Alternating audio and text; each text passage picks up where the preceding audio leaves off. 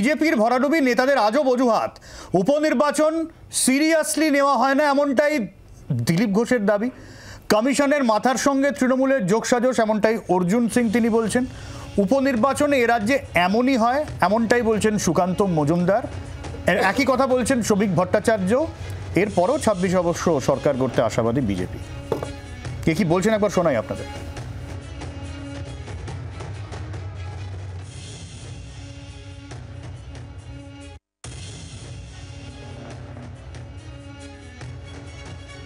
By ইলেকশনে 6টা জিতলে না জিতলে তাতে কিছু যায় আসে না, এই জন্য তারা ভোট দিতে বেরোয় না। নৈহাটিতে সেম জিনিস হয়েছে আর অন্য জায়গাও সেম জিনিস হয়েছে।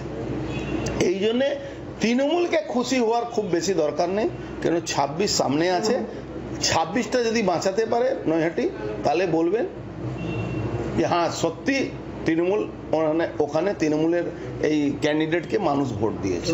26-এ এই যে এসওপি আমরা চেঞ্জ করাবার জন্য ইলেকশন কমিশন কাছে দরবার করছি। ইলেকশন কমিশনে যে ওয়েস্ট বেঙ্গল দায়িত্বতে আছে তাকে ইমিডিয়েট এখান থেকে সরানো দরকার আছে। ব্যতিক্রম না, বাই ইলেকশন বলে এরকম হচ্ছে। 26-এ পশ্চিমবঙ্গে বিজেপি সরকার করবে, বাই ইলেকশনে এরকমই হয়।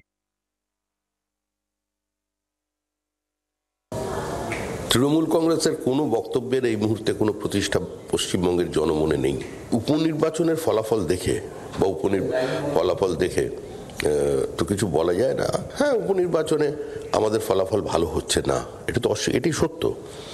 আর যে কোনো নির্বাচনের ফলাফল থেকে জেতা বা হারা তার থেকে কোনো রাজনৈতিক দল শিক্ষা নেয়। সংগঠিত রাজনৈতিক দল এভাবেই রাজনীতি করে, তো সেটা হচ্ছে।